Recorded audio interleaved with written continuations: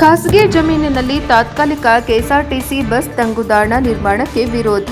ದಾವಣಗೆರೆ ಚನ್ನಗಿರಿ ಪಟ್ಟಣದ ಕೆರೆ ಏರಿ ಮೇಲಿನ ಖಾಸಗಿ ಜಾಗದಲ್ಲಿ ತಾತ್ಕಾಲಿಕ ಕೆಎಸ್ಆರ್ಟಿಸಿ ಬಸ್ ತಂಗುದಾಣ ನಿರ್ಮಿಸಲು ಮುಂದಾದ ಕ್ರಮಕ್ಕೆ ಜಮೀನಿನ ಮಾಲೀಕರು ಹಾಗೂ ಸಾರ್ವಜನಿಕರು ಮಂಗಳವಾರ ಪ್ರತಿಭಟನೆ ನಡೆಸಿ ತೀವ್ರ ವಿರೋಧ ವ್ಯಕ್ತಪಡಿಸಿದರು.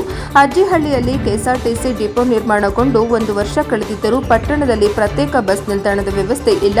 ಈ ಹಿನ್ನೆಲೆಯಲ್ಲಿ ಶಾಶ್ವತ ಬಸ್ ನಿಲ್ದಾಣ ನಿರ್ಮಾಣವಾಗುವವರೆಗೆ ಹೆದ್ದಾರಿ ಬದಿಯಲ್ಲಿ ತಾತ್ಕಾಲಿಕ ತಂಗುದಾಣ ನಿರ್ಮಿಸಲು ಶಾಸಕ ಬಸವರಾಜು ಶಿವಗಂಗಾ ಸೂಚನೆ ನೀಡಿದ್ದರು.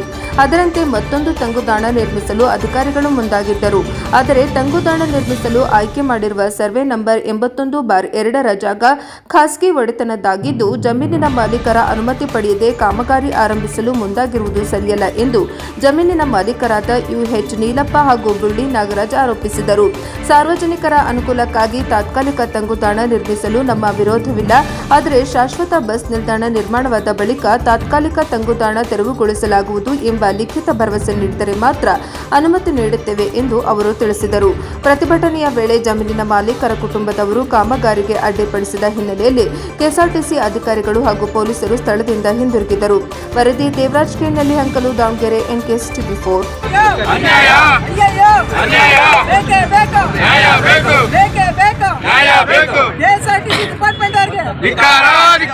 ಪುರಸಭೆ ಅಧಿಕಾರಿಗಳಿಗೆ ಪೊಲೀಸರಿಗೆ